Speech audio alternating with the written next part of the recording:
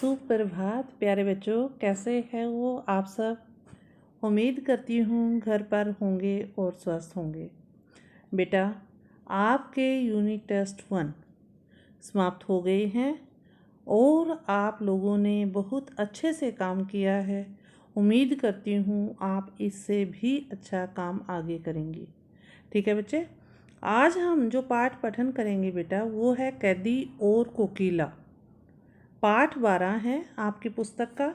इसको आज हम, ये आपको पता है बड़ी कविता है। ठीक है बच्चों, बड़ी कविता को हम 2 पोर्शन में करेंगे, पार्ट 1 पार्ट 2। ठीक है, 3 आज हम पद्यांश करेंगे, उसके बाद नेक्स्ट जो हमारी कालांश होगी उसमें हम करेंगे। ठीक है बच्चे, उम्मीद करती हूँ आप ध्यानपूर्वक सुनोगे। और बेटा अपनी क्षितिज की बुक लेकर बैठ जाइए, पेज नंबर 105 आप निकाल लीजिए और जो कठिन शब्द आएंगे उसको रेखांकित करते जाना जो मैं आपको बताऊंगी। पाठ का नाम है कैदी और कोकिला। ठीक है बच्चे, ध्यानपूर्वक सुनना है।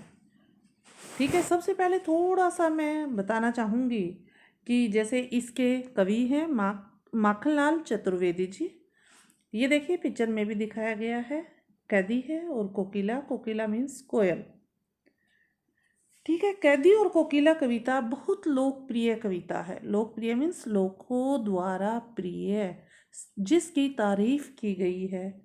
इस कविता में भारतीय स्वतंत्रता सेनानियों के साथ, जो भारत के स्वतंत्रता सेनानी थे, स्वतंत्रता में जो बढ़ चढ़कर भाग ले रहे थे, जेल में किए गए दुर्व्यवहार क्या होता है, बुरा बर्ताव करना, और यातनाओं का मार्मिक चित्रण है। दिल को छूने वाला चित्रण है बच्चों इसमें। जेल में कवि एकांकी और उदास है।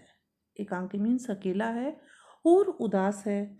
अपने मन के दुख, असंतोष और ब्रिटिश शासन के प्रति आक्रोश को प्रकट करते हुए कवि क्या कहते हैं कि यह समय मधुर गीत गाने का नहीं है।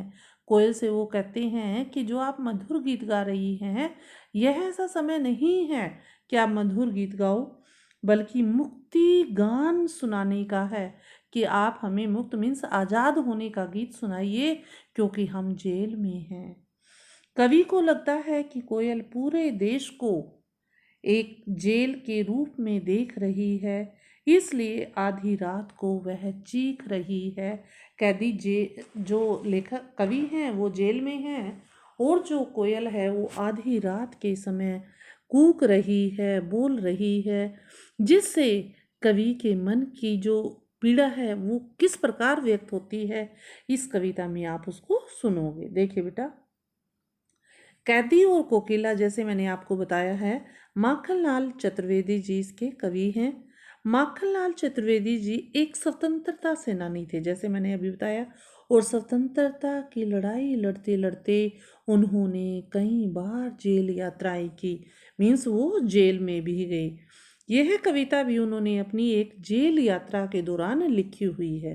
ठीक है बच्चों, ये जो कविता है ये उन्होंने एक जेल यात्रा के दौरान लिखी है, जब वो जेल में थे और बाहर कोयल कूक रही थी। उस समय जो उनके मन में जो भाव थे वो उन्होंने कविता में उभारे हैं।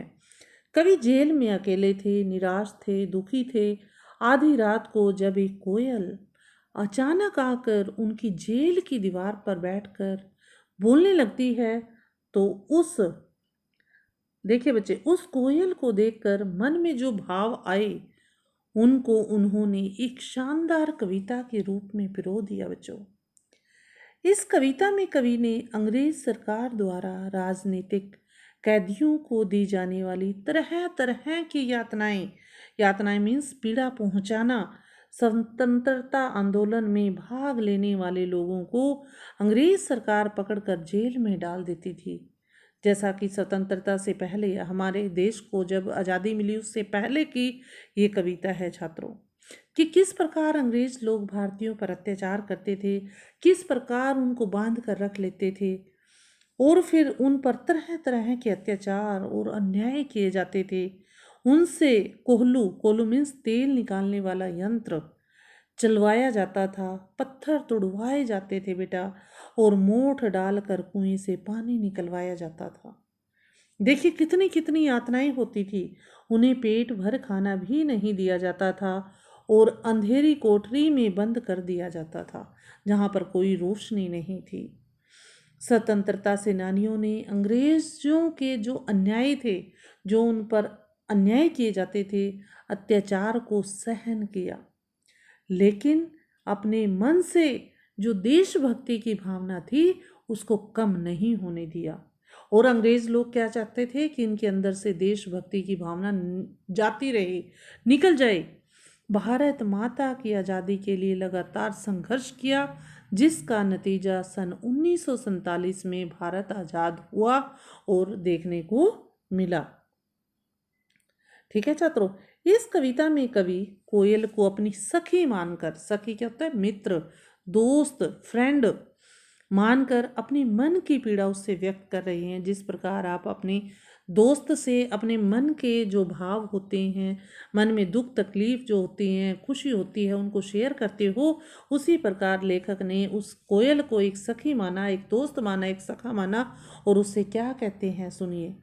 वो कोयल से कहते हैं कि यह समय देशभक्ति के गीत गाने का समय है और तुम देशभक्ति के गीत गाकर इस देश के जो सोए हुए लोगों को जागृत करो और उनको अंग्रेजों के खिलाफ स्वतंत्रता आंदोलन में भाग लेने के लिए प्रेरित करो।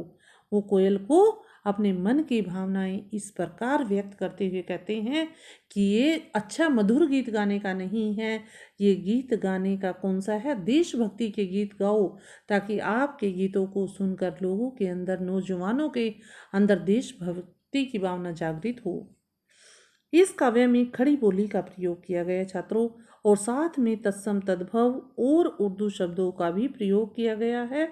इस काव्य की जो भाषा है चित्रात्मक व लयात्मक है, लय के साथ, सुर के साथ गाई जाने वाली है, और इसमें संबोधन शैली का प्रयोग किया गया है छात्रों। ठीक है, ये अगर आ जाता है कि इसकी काव्य शैली बताइए, तो आपको क्या लिखना है। इसमें उर्दू शब्दों का है, हिंदी खड़ी बोली है, भाषा चित्रात्मक और लयात्मक है, और संबोधन शैली का इसमें प्रयोग किया गया है। अब बेटा हम पहला काव्यांश करेंगे। क्या गाती हो, क्यों रह जाती हो, कोकिल बोलो तो। देखिए, क्या लाती हो, संदेश किसका है, कोकिल बोलो तो। इसमें बताया गया है कोकिल मीन्स कोयल की, संदेश मीन्स संदेशा लाना, किसी की खबर लेकर आना। ठीक है, और कोकिल क्या बोलता है, कोयल। अब इसकी हिंदी बेटा चार लाइनों की, जैसा मैंने जितनी बताई है इसकी हिंदी सुनिए। कवि कहते हैं कि कोयल तुम आधी रात में क्या गा रही हो। देखिए कोयल बैठी हुई है और ये गा रही है। यह आज़ादी का तराना है या पराधीन का दुख व्यक्त कर रही हो। जो कोयल बोल रही है, कवि कहता है कि आप क्या गा रही हो, ये आज़ादी का तराना है या पराधीन का दुख व्यक्त करती हो कि हम गुलाम हैं, उसके दुख को व्यक्त बोल रही हो। और फिर गाते गाते अचानक बीच में चुप क्यों हो जाती हो। कोयल आखिर कुछ तो बोलो, कुछ तो बताओ, क्या तुम किसी का संदेश लेकर आई हो। हे कोयल तुम बोलो। देखिए आगे, ऊंची काली दीवारों के घेरे में, देखिए जहाँ कवि खड़े हुए हैं ऊंची काली दीवारें हैं, डाकू चोरों बटमारों के ढेरे में, जीने को देते नहीं पेट भर खाना, जीवन भर अब दिन रात कड़ा पहरा है, शासन है या तम का प्रभाव गहरा है, हिमकर निराश कर चला रात भी काली, इस समय काली माँ मई क्यों आली। देखिए बच्चों, कितने मतलब दिल की बेचैनी को व्यक्त किया है इन पंक्तियों में। कवि ने अपने मन की व्यथा, जो दुख है उनके अंदर, उसको प्रकट कर रहे हैं और कोयल को वो दुख सुना रहे हैं, क्योंकि जेल में उनका कोई दुख सुनने वाला नहीं है। ब्रिटिश शासन द्वारा स्वतंत्रता सेनानियों पर किए गए अत्याचारों के बारे में बात करते हुए कवि कहते हैं कि अंग्रेजों ने जेल की इन ऊंची ऊंची दीवारों के अंदर इस अंधकार में जगह पर हमें डाकू, चोर, लुटेरों के साथ रखा हुआ है। देखिए, और यहाँ पर हमें पेट भर के खाना भी नहीं मिलता और हर समय हमारे ऊपर अंग्रेजी सरकार की कड़ी निगरानी रहती है। वो नज़र गड़ाए रखते हैं कि कहीं ये कुछ ऐसा कदम ना उठा दे जिससे ये भाग ना जाए, या जो भी है वो उन पर नज़र रखते थे। कवि ने अंग्रेजों के शासन की तुलना किससे की है छात्रों? अंधकार से की है। इसको आपको रेखांकित करना है और याद रखना है, क्योंकि आपके मल्टीपल चॉइस क्वेश्चन आते हैं, उनमें से ये इसी तरह से क्वेश्चन पूछे जाते हैं। कवि ने अंग्रेजों के शासन की तुलना किससे की है? अंधकार से की गई है, क्योंकि वो भारतीयों पर अन्याय और अत्याचार करते थे और उनका शोषण करते थे। इसलिए उन्होंने अंग्रेजी शासन की तुलना अंधकार से की है, जिसमें सिर्फ बुराइयां ही पनपती हैं। कवि आगे कहते हैं कि अब तो चांद, चांद मीन्स हिमकर, भी हमें छोड़कर चला गया है। यानी जो थोड़ी बहुत रोशनी चांद से आ रही थी वह अब खत्म हो गई है, क्योंकि धीरे धीरे क्या होता है, चांद ढलता जाता है और रोशनी कम हो जाती है, जिससे रात और ज़्यादा काली और अंधेरी हो गई है। लेकिन काली में मई पूरी काली और कोयल भी काली, तुम इस समय क्यों जाग रही हो? यानी कवि निराश और हताश है। अब आगे देखिए, क्यों हुक पड़ी वेदना बोझ वाली सी, कोकिल बोलो तो क्या लूटा, मृदुल वैभव की रखवाली सी, कोकिल बोलो तो। इसमें इन पंक्तियों में कवि कोयल से पूछते हैं कि तुम्हारी चीख दर्द भरी हुई क्यों है? ऐसा क्यों लगता है जैसे तुम्हारे दिल में कोई गहरा दर्द और वेदना है? कोयल बताओ, तुम्हें क्या दुख है? कवि आगे कहते हैं कि कोयल, तुमसे किसने क्या लूट लिया, या तुम्हारा क्या लुट गया? मधुर मीठे स्वर में गाने वाली कोयल, तुम्हारे स्वर में इतना दर्द क्यों है? कोयल तो बेहद सुरीला गाने वाली चिड़िया माना जाता है। कवि इसमें कोयल से कहते हैं कि कोयल, तुम्हारी आवाज़ में भी मुझे तड़प नज़र आ रही है, क्योंकि तुम्हारी आवाज़ को तो कोयल के कहते हैं कि इतना मीठा बोलो जिस प्रकार कोयल बोलती है, लेकिन आज तुम्हारी आवाज़ में भी मुझे दर्द नज़र आ रहा है। ऐसा क्या है? क्या तुम्हारे को भी किसी ने लूट लिया है, या तुम किसी से लूट कर आई हो? कोयल बोलो तो। कवि अपने मन की पीड़ा किस प्रकार व्यक्त करते हैं? छात्रों, आपने 3 पद्यांश को आपने यहाँ पर सुना। उम्मीद करती हूँ कि आपको ये तीनों पद्यांश समझ आए होंगे और आप ध्यान से इन तीनों पद्यांश को पढ़ोगे।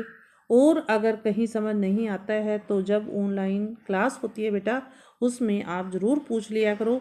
आपको जो 3 पद्यांश पढ़ाए हैं इनको आपको याद रखना है और इन तीनों की ही आपको हिंदी लिखनी है। धन्यवाद छात्रों, आपका दिन शुभ हो। इसी उम्मीद के साथ अगले कालांश में फिर आपसे मुलाकात होगी। तब तक अपना ध्यान रखिए। धन्यवाद।